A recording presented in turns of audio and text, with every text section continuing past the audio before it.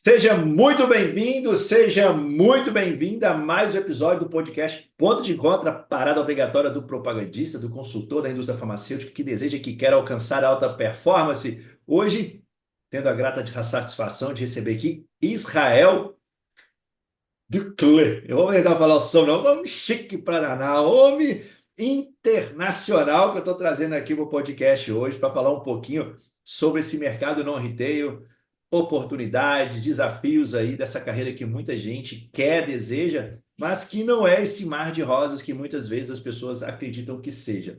Quero aproveitar, antes de passar aqui, dar as boas-vindas, o Samuel, o Israel também dá as boas-vindas, convidar você para já seguir o canal, para ficar por dentro aí, receber em primeira mão os próximos episódios do podcast Ponto de Encontro. Curta, comente, compartilhe, ajude a gente aí a fazer esse movimento alcançar mais e mais pessoas. Israel, seja muito bem-vindo. É um imenso prazer te receber aqui no Ponto de Encontro. Boa noite, Elber. Boa noite a toda a sua audiência. Eu que agradeço o convite. De antemão, já queria também agradecer ao Leandro, que intermediou aí nós nos conhecermos e estarmos aqui. Vou tentar, de alguma forma, trazer um pouco da minha experiência. Desde já eu deixo bastante claro que aqui são as minhas opiniões, elas não refletem as opiniões das empresas que eu trabalho, não necessariamente, enfim. Estou aqui para bater esse papo, acho que vai ser muito legal e de muito aprendizado para todos nós. Com certeza, é bom deixar claro que a gente está aqui para ouvir a sua história, né? A sua carreira, tudo que você construiu nessa carreira, trajetória tão bonita que você construiu ao longo de alguns anos aí, né? Na indústria farmacêutica. E eu gostaria já, para a gente poder, todo mundo poder conhecer um pouquinho melhor aí quem é o Israel, você pudesse contasse um pouquinho a sua breve apresentação para que todo mundo possa ficar na mesma página. Bom, como o Wilber já falou, meu nome é Israel Duclerc, tá? Porque aqui no Nordeste não dá para chamar e não dá para pronunciar da forma que ele pronunciou meu nome. Eu estou na indústria farmacêutica há poucos anos, aproximadamente 28 anos eu trabalho na indústria farmacêutica, então são bem poucos anos. Tive bastantes oportunidades, foi muito enriquecedor. É um crescimento que requer muito esforço, muito empenho, muito engajamento. Enfim, tem bastante história legal, bastante história engraçada, bastante história triste, tem muita coisa legal e de muito aprendizado nesse tempo todo que eu passei aí construindo essa carreira na indústria farmacêutica. Pois é, uma história de quase 30 anos e não reflete a imagem. Quando eu conheci o Israel, eu falei, cara, você não tem isso de idade, não. Você entrou foi como menor aprendiz da indústria farmacêutica, não foi nem como estagiário, não. Em Porque 1900... a água de Recife é diferente da minha aqui, Não, viu? não, não. Como minha mãe sempre brincava, é porque eu fui conservado no álcool como cobra de farmácia. Na verdade, eu entrei na indústria farmacêutica em 1997, primeiro laboratório que eu trabalhei.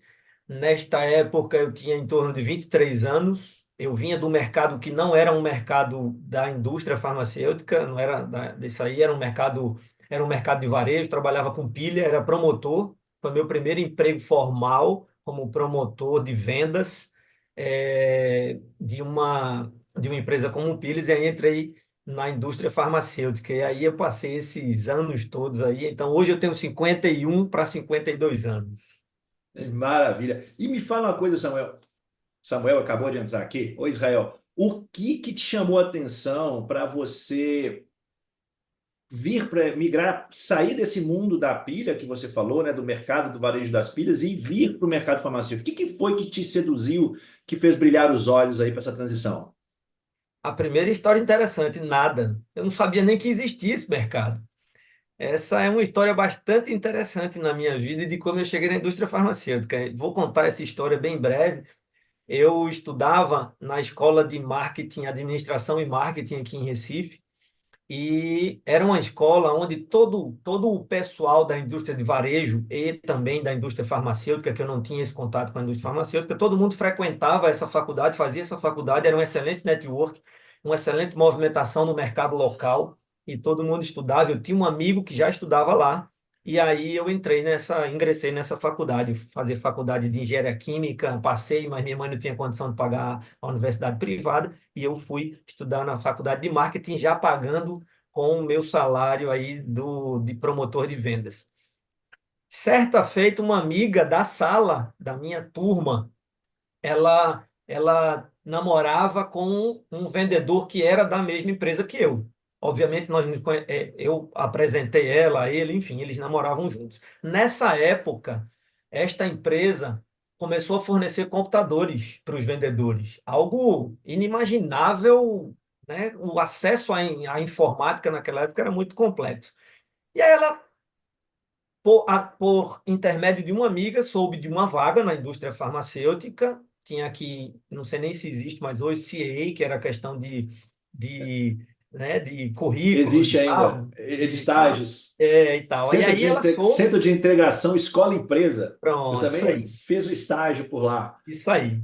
E aí ela me pediu, ela falou, Israel, você pede lá a fulano o computador para fazer um currículo para mim e tal, porque aí eu não tenho ainda intimidade para fazer isso, você pede lá? Eu disse, não, peço. Aí ela, como pagamento, ela virou para mim e falou, faz um teu também. E aí a história é que eu fiz o meu e o dela, e eu fui participar do processo seletivo e fiquei, e ela não. Foi assim que eu ingressei na indústria farmacêutica, sem nem saber para onde eu estava mandando o currículo. Essa é a história de ingresso na indústria farmacêutica. E, e o como que foi esse início aí desses desafios? O que mais te desafiou nesse início da indústria farmacêutica? Bom, então, primeira coisa, né? Que mundo eu estou indo? Um jovem de 23 anos, inexperiente, é, não conseguia fazer uma leitura de onde eu estava. O processo nessa época, neste laboratório que eu fiz, foi um processo que hoje eu acho não, não existe mais hoje, né? Por tantos processos que a gente faz. Foi um processo longo, demorado, onde dentro desse processo, aqui as pessoas que são mais antigas vão entender.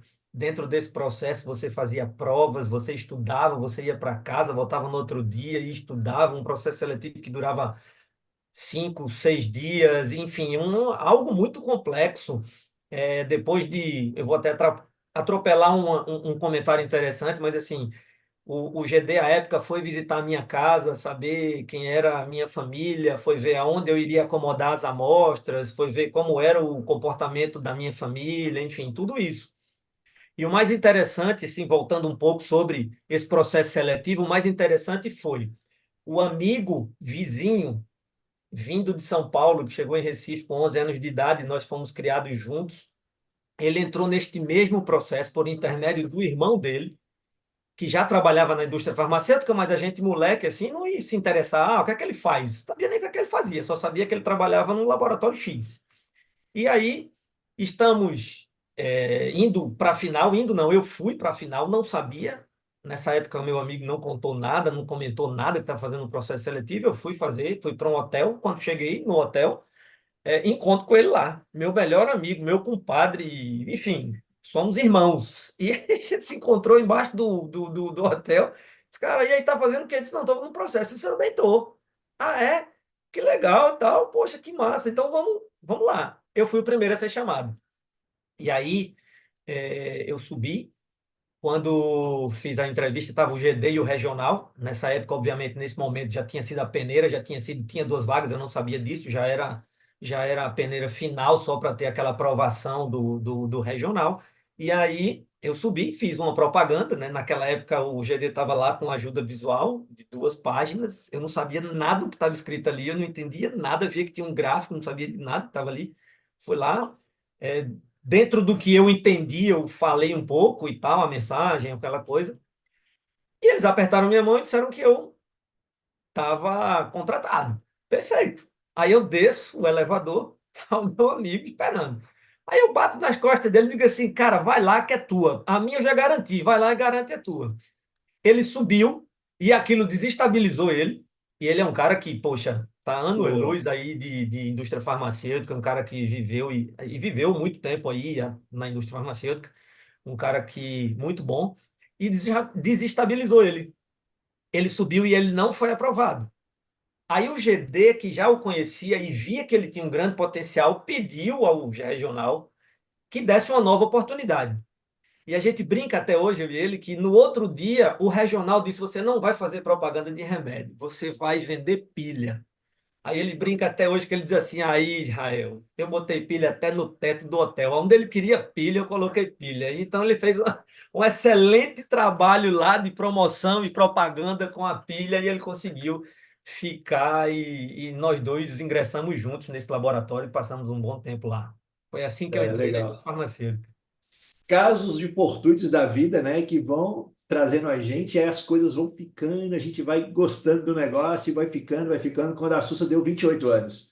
É verdade, é E verdade. me fala uma coisa, você tem uma carreira longa e maior parte dela construída no mesmo laboratório. Isso hoje Uhum. é bem pouco provável, né? A coisa que não é comum que a gente observa hoje. O que que você vê que trouxe de aprendizado e o grande desafio de permanecer tanto tempo assim na mesma empresa? É muito interessante você trazer esse tema, porque nessa época desse primeiro emprego na indústria farmacêutica, ainda muito jovem, eu via muitas pessoas. Nessa época se falava muito aqui no mercado da instabilidade da indústria farmacêutica. Era muito instável e tal. A gente tinha alguns laboratórios que eles eram, sei lá, laboratórios americanos, às vezes eles têm um pouco mais de rapidez com relação à venda, enfim, esse ciclo e era muito instável. E eu tinha, nessa época, eu vi algumas pessoas fazerem alguns investimentos, comprar apartamentos, alguma coisa assim, e existia aquela insegurança. Então, isso é muito interessante, que desde essa época já era assim. Quando você vai, ingressa na indústria farmacêutica, e depois eu mudei de laboratório, passei um ano e meio fora, né, fui sair e voltei um ano e meio depois para a empresa que eu estou até hoje, que são 20, estamos rumando aí para 23 anos nessa empresa. Mas voltando para a tua pergunta, e qual é o maior desafio? Eu acho que o maior desafio que eu tive nesse período todo foi amadurecer. O amadurecimento é muito importante. É você entender o cenário, né? Você, quando jovem, tem aquele ímpeto de querer. Eu lembro que nessa época estava começando a ser lançada a revista Você S.A. E aí eu li a revista, achava fantástico e tal. Para você ver, às vezes, a mentalidade das pessoas. Naquela época, eu lia a revista e ia conversar sobre. Quando eu fui desligado desse primeiro laboratório, eu tentava distribuir, assim, conversar com os colegas sobre esses novos conceitos, enfim. Esse colega que ficou comigo, né, que entrou comigo na indústria, ele continuou na empresa e eu não.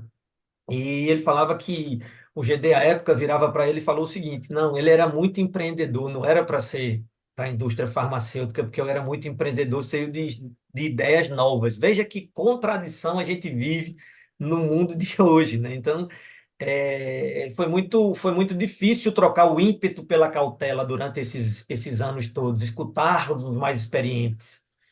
Tem uma história muito bacana que aconteceu comigo, já obviamente nessa empresa.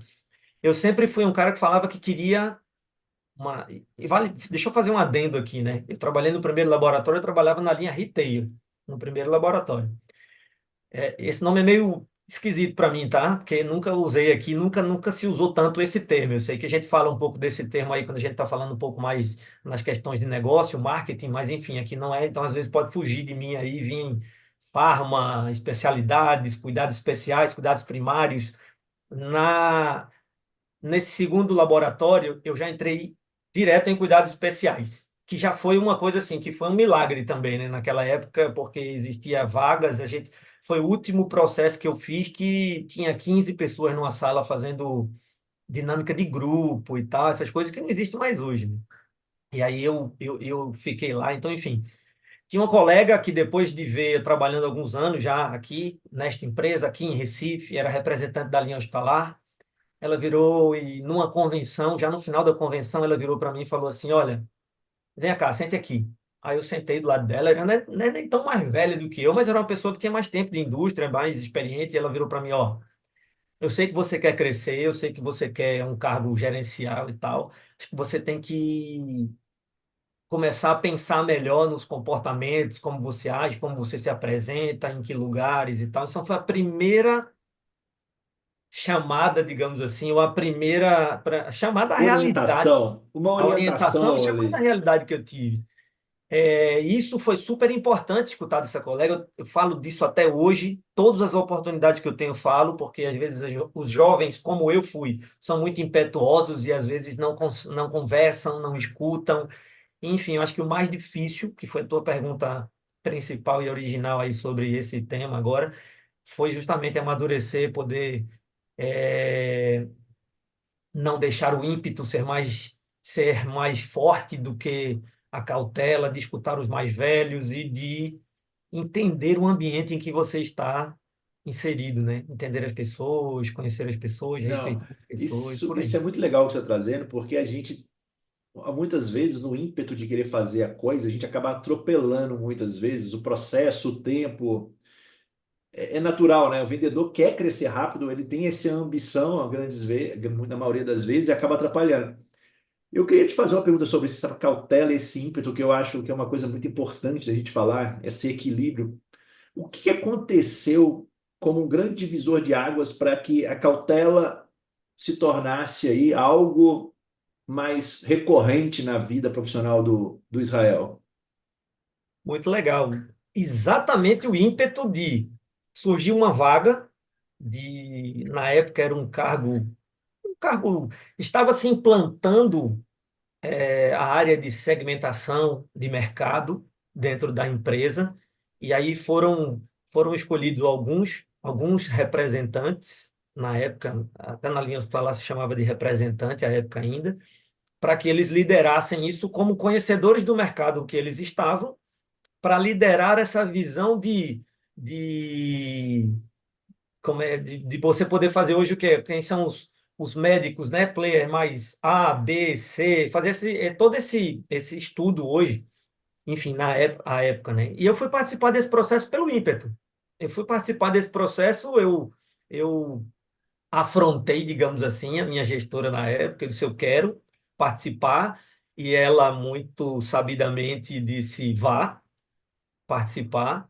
Eu fui participar, cheguei em São Paulo, abriram a porta da sala de reunião, tinham 8 computadores, 8 pessoas que sentaram na frente dos 8 computadores e olhei para o computador e falaram para fazer uma segmentação e segmentar devido, colocaram uma série de números e eu não sabia para onde ir. Eu fiquei perdido naquela época. Então, eu nem estudei para onde eu estava me colocando para participar de um processo. E aí sim, aí começou, quando eu voltei para casa, né, com essa decepção de ter ido para um. Cheguei de tarde, de noite eu já sabia que não estava no processo mais, ao fim dessa tarde, e aí eu voltei e disse: não, agora eu vou pisar com mais calma, eu vou olhar para onde eu estou indo, eu vou estudar o ambiente ao qual eu vou me candidatar ou participar de um processo. Foi isso, exatamente isso.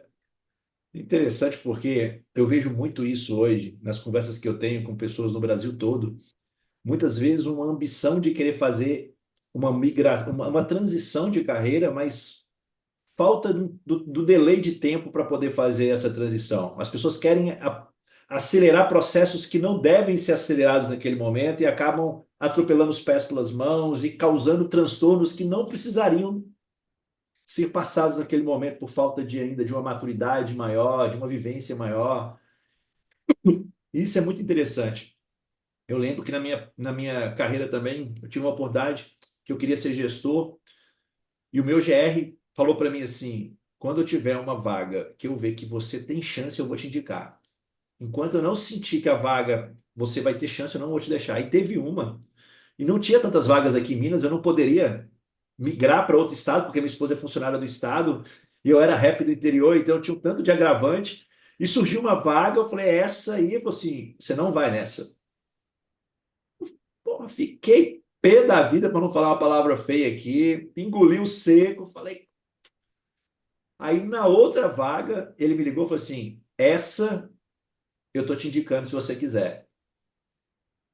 E aí nessa vaga foi a minha primeira, eu participei e fui aprovado nela. Então, a gente tem hora que quer apressar processos e a pessoa que está ali muitas vezes tem uma visão macro do ambiente, de todo o cenário melhor do que a nossa, e nos dá uma orientação, mas o orgulho muitas vezes, essa soberba que a gente tem por ser vendedor, por achar que é bom demais, acaba atrapalhando. Isso é uma coisa que eu vivi lá atrás. Então, quando você trouxe isso aí, eu falei assim, eu vou aproveitar porque é algo que a gente tem que trazer a margem para as pessoas verem muitas vezes esse reflexo do momento de carreira para fazer uma transição adequada no momento da carreira dela, né?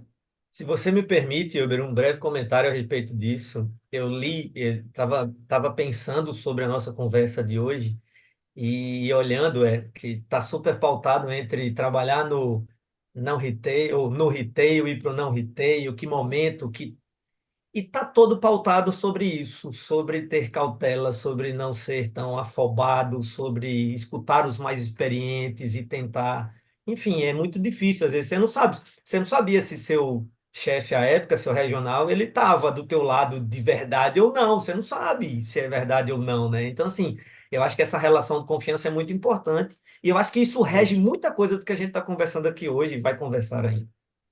com certeza. Para a gente chegar nesse time aí que a gente está falando, eu quero voltar uns degraus, alguns passos Amo. atrás, né?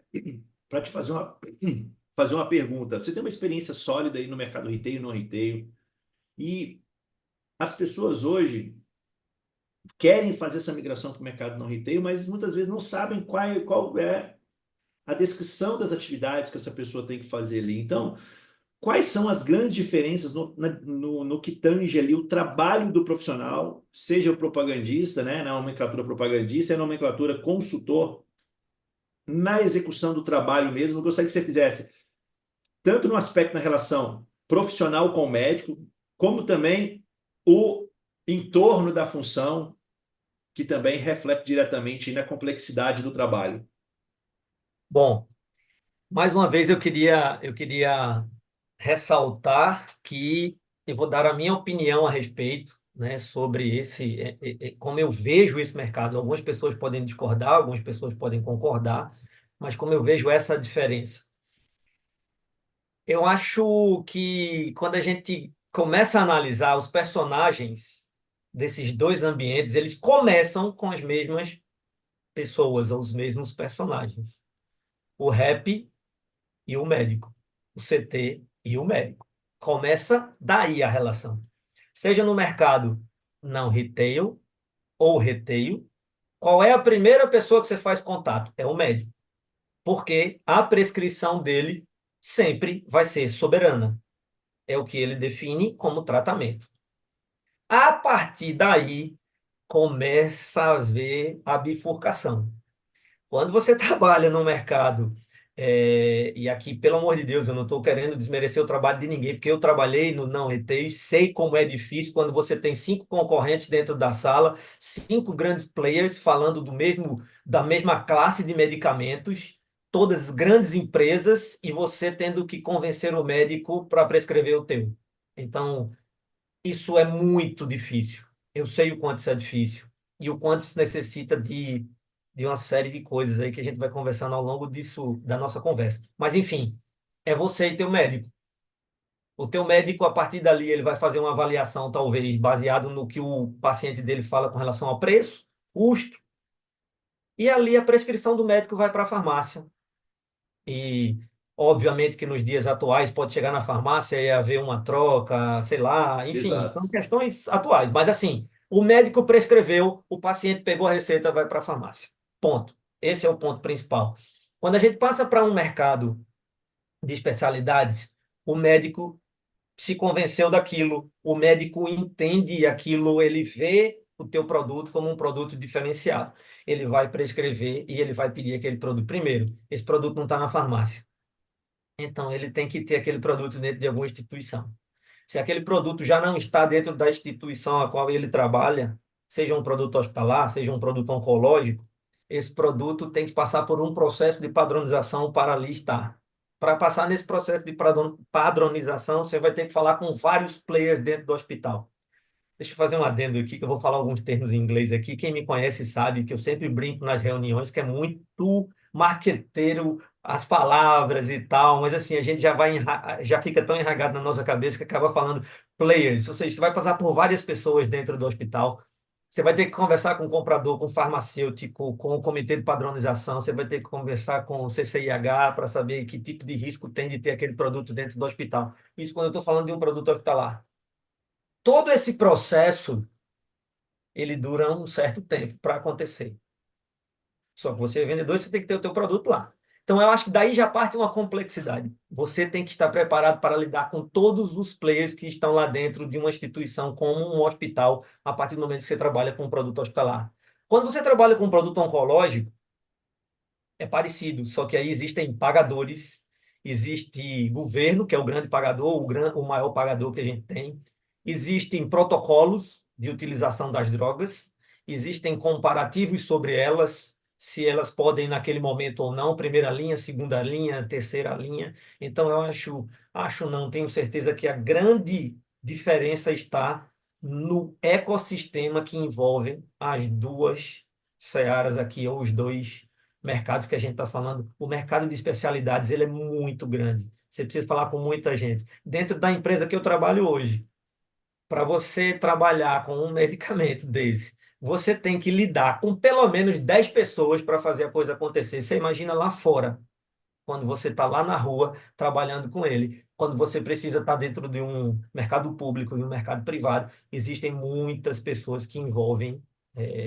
se envolvem não só na prescrição, não adianta só querer prescrever. Eu acho, não sei se me fiz entender, por favor, se tiver alguma ressalva. Não, perfeito, porque a gente não está falando aqui desmerecendo nada, porque são duas profissões necessárias para o ecossistema farmacêutico funcionar perfeitamente, né? A indústria conseguir aplicar. Então, existem momentos na carreira e a transição vai depender muito mais de cada um identificar com o trabalho e pagar o preço do desenvolvimento.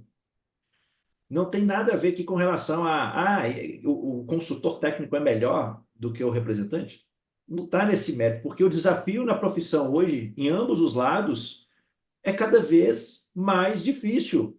São mais players no mercado chegando, é uma complexidade maior na questão do custo, é o stakeholder que tem algum aspecto ali, são várias pessoas envolvidas na decisão.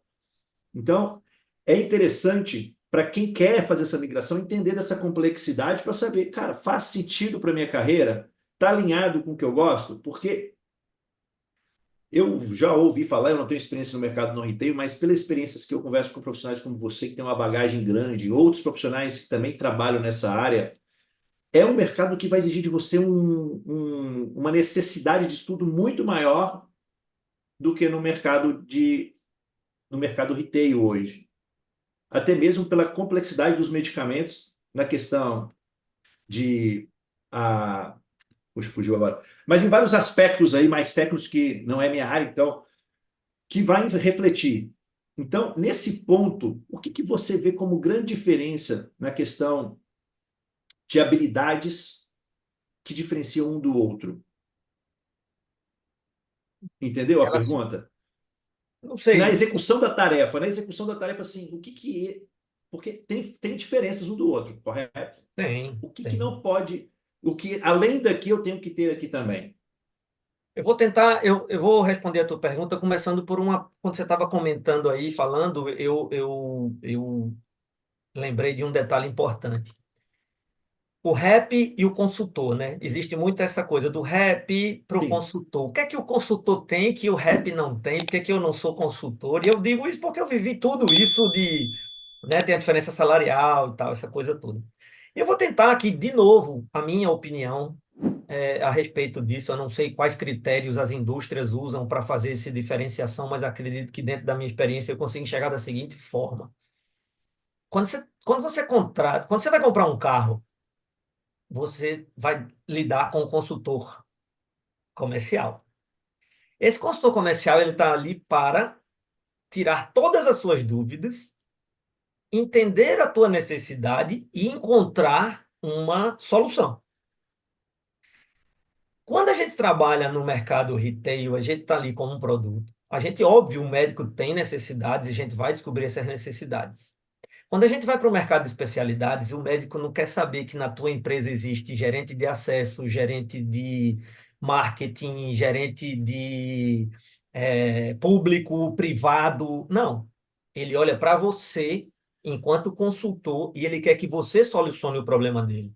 Eu trabalho no mercado oncológico, você tem que ter teste biológico para saber qual o melhor tratamento para ser feito. Você tem que ter várias questões de estudos.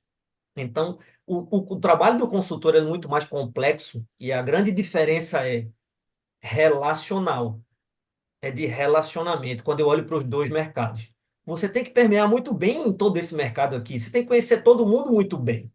Todo mundo ali você tem que conhecer, porque você tem que conhecer muito bem a necessidade do teu cliente para você sair conversando com todas essas pessoas e chegar a um denominador comum.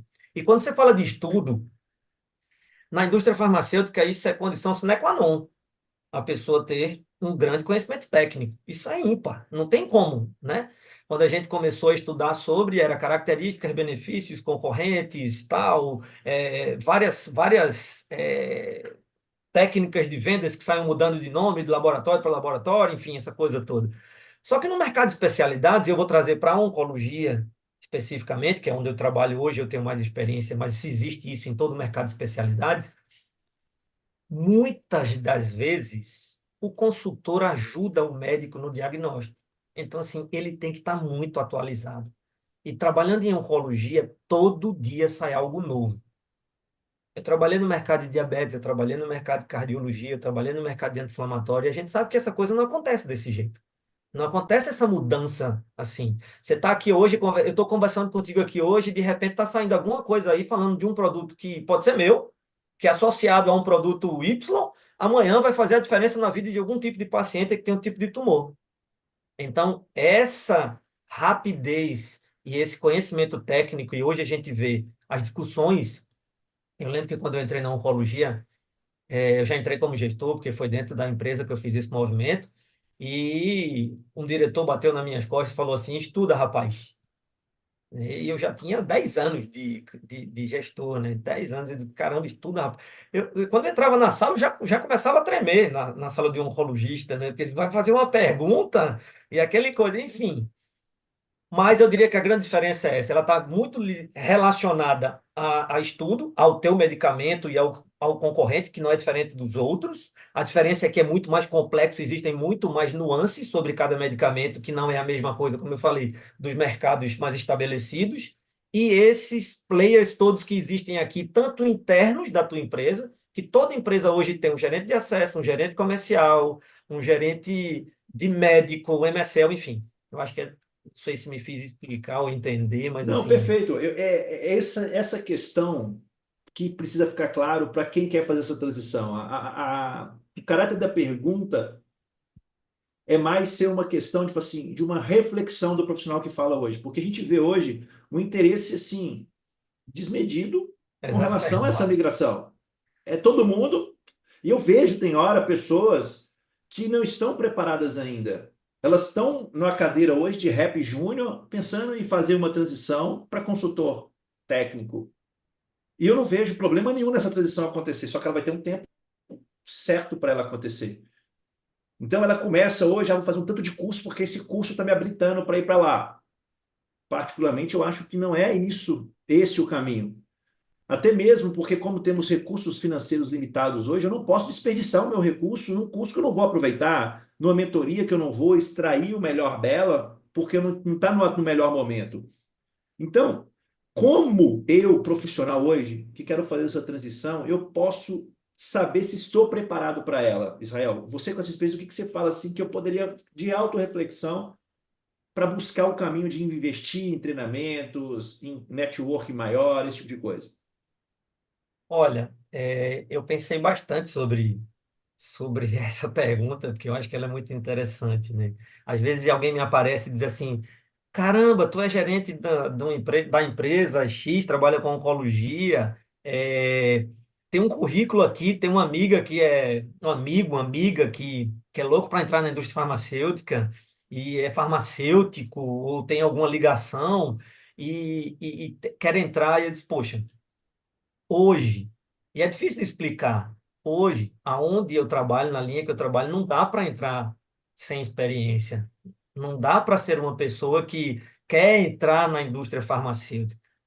Eu falo, aí eu comento do tanto que eu galguei, que eu lutei para chegar até aqui e tal, de tanto aprendizado que foi. Então não é por aí, mas sendo muito mais prático para responder essa tua pergunta e como é que a pessoa enxerga esse momento, em primeiro lugar, quem é da indústria farmacêutica já, né, quem trabalha na indústria farmacêutica, tem que estar muito alinhado com o seu líder. para não haver esse problema que você falou, tipo, eu tenho ímpeto, eu quero e acho que tô, eu acho que posso, eu faço um curso lá fora, dois, três cursos e vou, e vou, e vou. Eu acho que não, eu acho que tem que estar alinhado com a liderança. Eu acho que tudo na indústria farmacêutica, ou em qualquer outro lugar, mas assim, performance e performance e comportamento. Como que está performance e comportamento? Né? Então, assim, eu estou trabalhando na indústria X. Como é que está a minha performance e o meu comportamento perante a minha liderança direta? Tá ok, tá ok. Eu estou alinhado com a minha liderança direta para onde eu quero ir? A gente está construindo isso? A gente, quando fala a gente, 90% é você.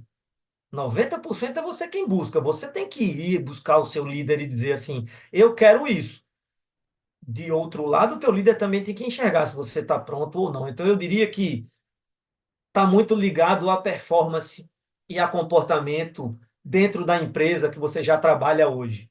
Para quem não está no mercado, adentrar no mercado de linhas especiais e de especialidades hoje é muito difícil, a não ser que a pessoa, sei lá, tenha uma expertise além da conta, já seja um médico, um farmacêutico, enfim. É, mas eu acho que está muito alinhado a performance, comportamento, e o que é que você está fazendo dentro da sua carreira, onde você está. Está muito alinhado com isso. Eu vejo essa situação do comportamento e do resultado como a definição da maturidade do profissional. O tempo de pasta não define se eu sou júnior, pleno ou sênior, mas são os meus comportamentos e os resultados que eu entrego para a empresa que vai definir se eu sou isso ou se eu sou aquilo. E muitas das vezes a gente não quer pagar o preço necessário para as coisas acontecerem na carreira da gente. Eu vejo isso muito acontecendo. A gente vive uma época hoje que as pessoas querem um comprimidinho mágico que põe debaixo da língua e os problemas se resolvem. Não é assim que funciona no mundo real. No mundo real, a gente tem que ter suor, transpiração, suor, né? Dedicação, empenho para as coisas acontecerem. Não vai numa fada madrinha bater no meu ombro, agora você é um consultor técnico capacitado para poder estar na frente do médico e discutir com ele. Então, o primeiro ponto que eu acho que você traz aí com uma reflexão legal. Cara, a empresa que eu estou, eu quero fazer essa transição, a empresa que eu trabalho nela hoje, ela tem essa área. Poxa, legal, eu já tenho pessoas internamente que eu posso me aproximar para entender melhor, para trocar uma ideia, para estar mais presente, entender essa realidade e até mesmo trocar algum tipo de informação na formação e tudo. Agora, e esse outro profissional que está numa empresa hoje que não tem uma área de especialidade de mercado no retail hoje dentro do próprio negócio da empresa. Como você considera que essa pessoa pode ir em busca de conhecimento para entender mais sobre esse mercado e buscar fazer essa transição ao longo da sua carreira? Importante também, interessante essa pergunta, porque a gente sabe que tem muita empresa que não tem, né, área de especialidades, que não tem oncologia, raras, enfim. E essa pessoa não necessariamente, tipo, não necessariamente não, ela tem total condição. E aí é de novo, é performance e é comportamento. Como é que essa pessoa é lá? Como é que essa pessoa lida com o que está lá? E quando a gente falou de desenvolvimento, eu falei que 90% sou eu, é o que eu quero, eu vou buscar no mercado. Curso, como você falou anteriormente, curso só por si só é interessante? Traz alguma coisa. Eu acho que hoje, quando a gente olha para a formação do indivíduo enquanto profissional, 10% você traz de cursos. Você traz 70% de experiência, de vivência no negócio, on-board, 20% de projetos e outras coisas que você traz. Então, se eu pudesse dar um conselho a quem trabalha numa empresa e que não tem esse mercado, vá no campo, no teu trabalho, vai atrás de pessoas que conhecem ou pessoas que estão lá. Vai escutar a experiência das pessoas. Algumas não vão ser muito legais, obviamente, porque existe muito corporativismo, digamos, nas linhas assim, não vão ser talvez muito legais, mas vá buscar, vá conversar com os médicos, vá ver como os médicos entendem, vá trabalhar, vá olhar essas pessoas. Eu acho que é algo importante você buscar pessoas de referência no mercado.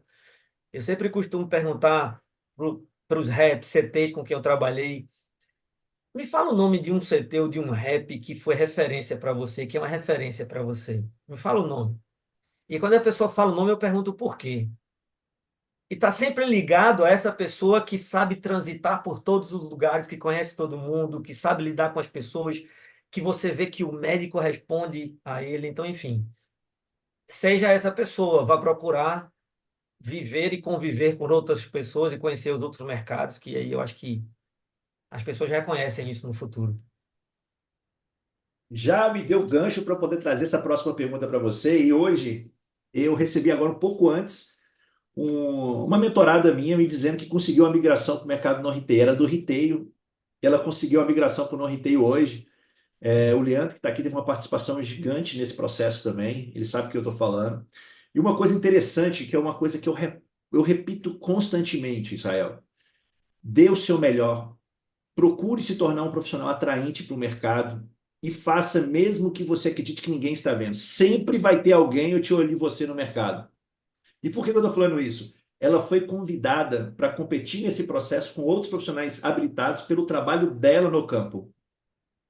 Ela era o patinho feio desde o primeiro momento, e ela foi aos poucos se preparando. Ela já vinha numa preparação ao longo dos anos para conhecer mais esse mercado, sabia se posicionar, e na primeira oportunidade, que foi quando ela não foi atrás da vaga, a vaga veio atrás dela, ela foi premiada e aprovada. Que bom. Então, a pergunta que eu quero fazer para você é: como eu posso me tornar um candidato atraente para as especialidades? O que eu posso fazer no meu trabalho hoje, onde eu estou, para chamar a atenção de quem está à minha volta, para merecer seja um bate-papo, um café, alguma coisa para me tirar dessa zona e me aproximar do meu objetivo? Vou responder dizendo o que você não deve fazer, né? Que é o que todo mundo mais faz Já é hoje. metade do tempo, né? Tipo assim, você saber o que você não deve fazer já é metade do caminho. Não, mas eu vou chegar lá, mas é o seguinte, eu acho que vamos dividir isso. Vamos falar dentro, vou trazer o exemplo de dentro de uma empresa. Eu trabalho numa empresa que tem várias linhas e aqui também não é diferente do que você ouve falar de que todo mundo quer o mercado de especialidades. Por exemplo, todo mundo quer oncologia. Então, acho que a primeira coisa que a gente tem que fazer é eu tenho um objetivo claro. E é interessante a gente frisar que existem pessoas que olham meio torto para as pessoas que têm um objetivo muito claro, porque elas vão buscar, elas vão ser chatas, pentelhos, e vão lá, não, e vão ter um foco, ela vai buscar. Primeiro ponto é isso, vá buscar, o desenvolvimento é seu. Eu quero tal linha, está dentro da minha empresa, eu vou buscar, eu quero conversar, eu sempre me coloco à disposição, ou seja, vai conversar com as pessoas, vai conhecer as pessoas, vai entender como é lá. E o que é que as pessoas fazem? Surgiu uma vaga. Ou sabe que a pessoa vai para outro lugar antes dela sair. Aí ela vai lá e marca um café. Aí marca um café, bate um papo. Não tem nada de concreto ali. Não tem nenhum tipo poxa, eu queria entender como é o mercado público. Eu queria entender um pouco como funciona essa questão de aprovação pelas operadoras. Como que funciona essa questão de protocolo de utilização de um produto dentro de uma determinada instituição ou dentro de um determinado plano de saúde ou pagador?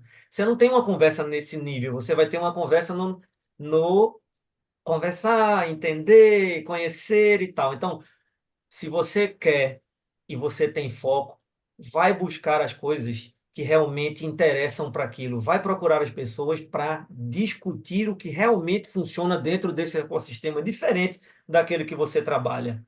Se fala muito em mentoria hoje dentro das empresas. Ah, eu vou pegar Israel como mentor para trabalhar, mas falta estrutura. E a empresa não tem nada com isso, tá?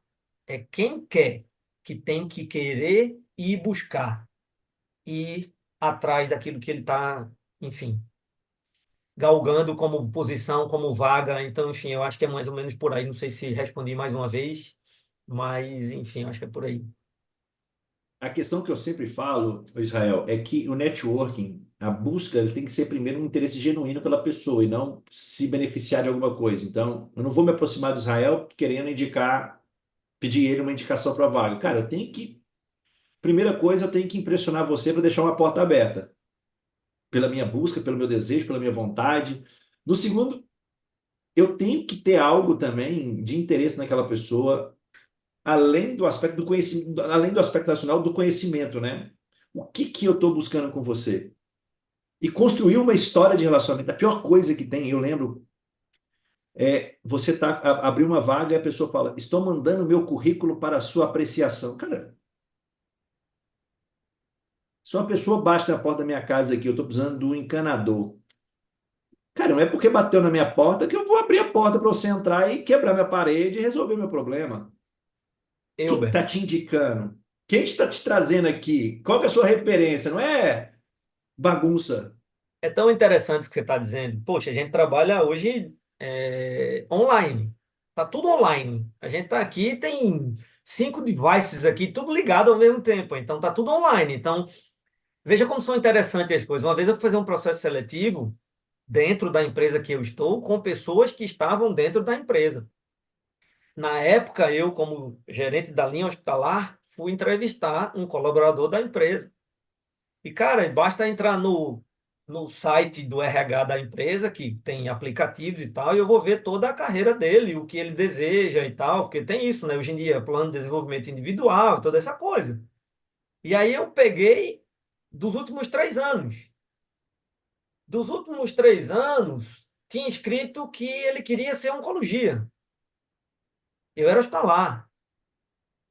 E aí, na primeira conversa, você conversa com ele e fala assim: poxa, eu passei a vida toda pensando em trabalhar na linha oncológica ou na linha hospitalar. Cara, o cavalo selado passou na frente, ele olhou e falou: tenho que ir. Até para construir isso, até para aproximar e construir isso, é uma oportunidade, não tem problema nenhum. Eu coloquei que queria ser oncologia e está surgindo a oportunidade do hospitalar. Sei lá, são próximos.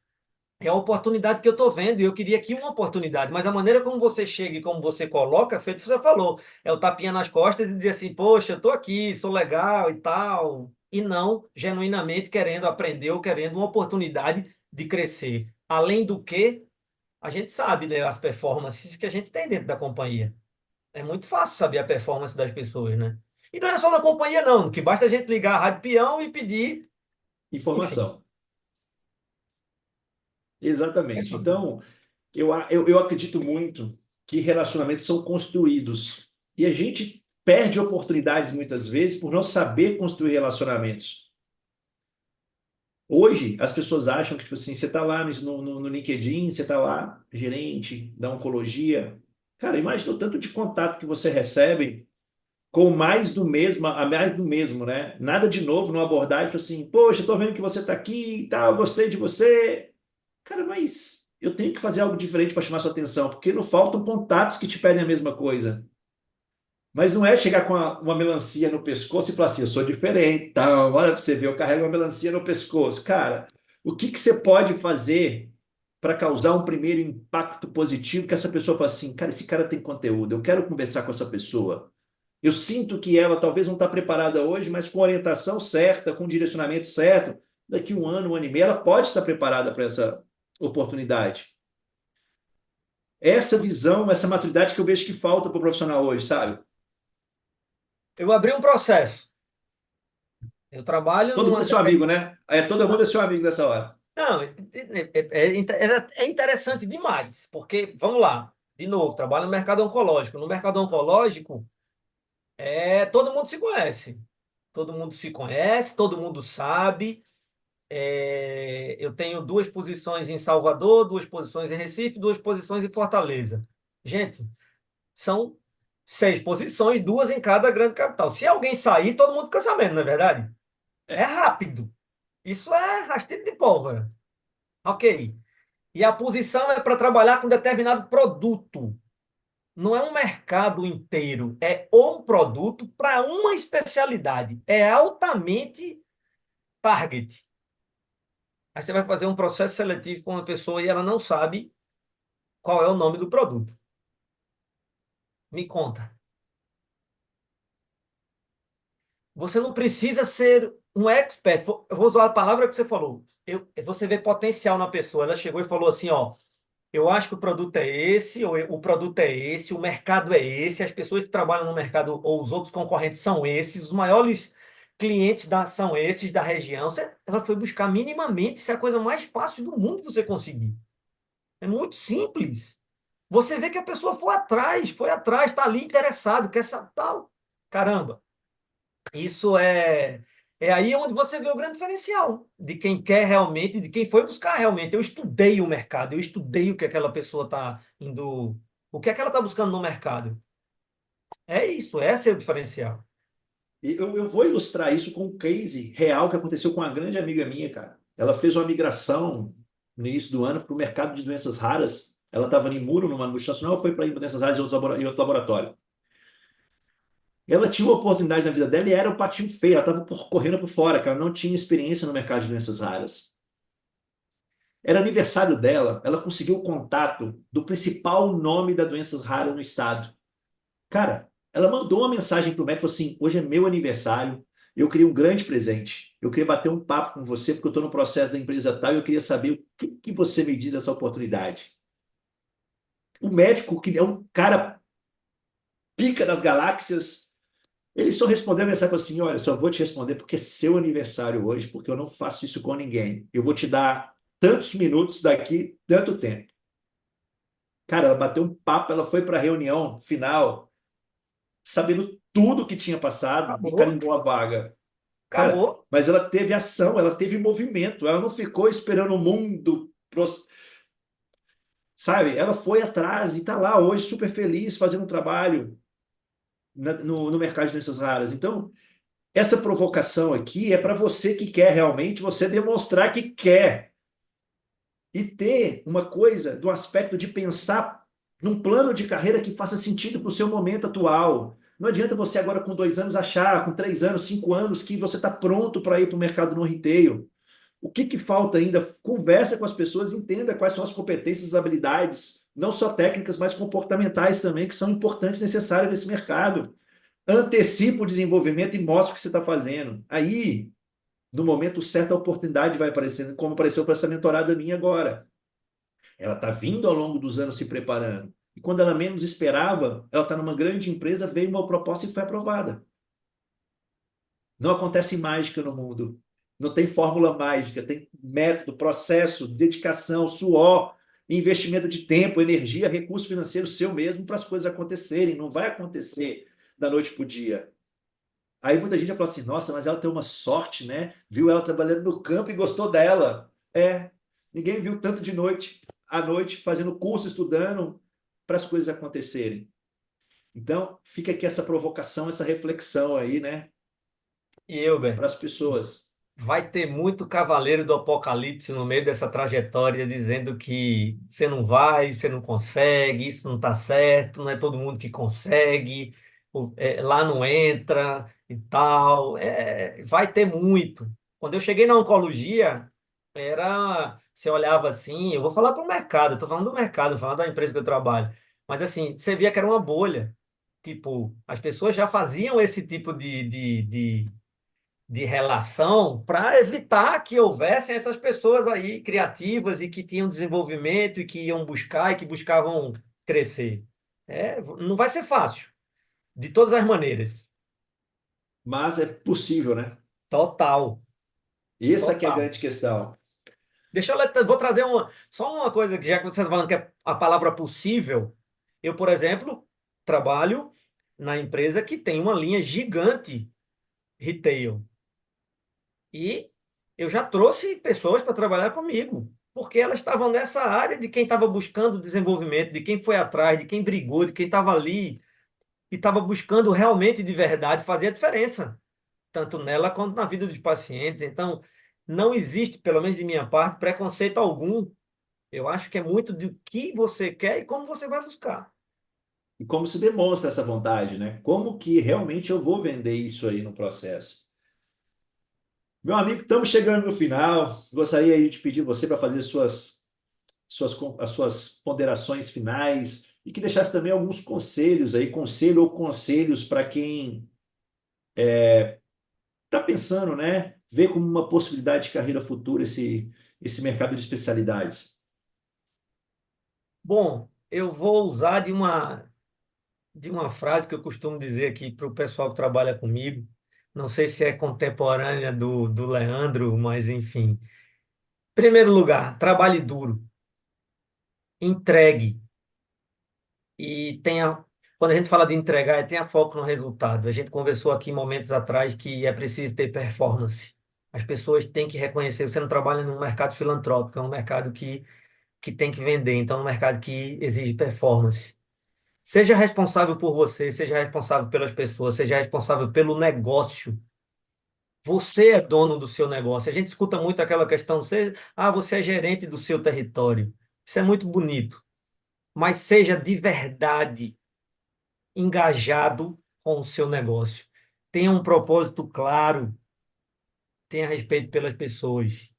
Tudo isso junto gera confiança, e confiança é o que faz a gente se mover juntos. Confiança é o que faz eu, enquanto gestor, ter uma equipe e dizer assim: eu estou com a minha equipe trabalha desse jeito, ela faz isso acontecer. E as pessoas do mercado, elas vão ver. O mercado fala, as pessoas se falam. Enfim, trabalhe duro, entregue, que você vai conseguir alcançar o seu objetivo. Exato. Não desista dos seus sonhos, mas saiba que você vai ter que investir tempo, energia, recurso, força para as coisas acontecerem. Mas é uma frase que Henry Ford fala: existem mais pessoas que desistem do que pessoas que fracassam. E eu sempre repito essa frase porque ela é muito forte. Uhum. Pode demorar, mas se você insistir, for se adaptando, ajustando o que precisa ser ajustado, a sua hora vai chegar. Sem Só dúvida alguma. precisa acreditar. Israel, muitíssimo obrigado, cara. Foi um bate-papo aí que voou. Muito bom, alegre, descontraído. Obrigado pelo seu tempo, sua disponibilidade aí. Agradeço o Leandro também, que foi o grande responsável pela essa conexão contigo e pelo poder estar te recebendo aqui no Ponto de Encontro. Muito obrigado aí. Foi um grande prazer realmente te ter aqui no Ponto de Encontro. Eu que agradeço a oportunidade ímpar, adoro falar sobre isso, adoro falar sobre carreira e tudo que eu vivi, enfim. E ajudar as pessoas, para mim, é o mais importante. Muito obrigado para todos. Obrigado, Leandro, pelo convite, e por nos apresentar. Obrigado a todos. Maravilha. Pessoal, quero agora convidar você, se você não segue ainda o Ponto de Encontro Podcast, siga o canal para receber em primeira mão aí as notícias, né, de novos episódios que vão ao ar e também compartilhe, curta, comente, indique também o profissional que você gostaria que eu recebesse aqui no Ponto de Encontro para contar um pouco aí da sua trajetória, da sua história na indústria farmacêutica. Foi muito bom ter você até aqui. Fica com Deus, uma ótima semana. Fui!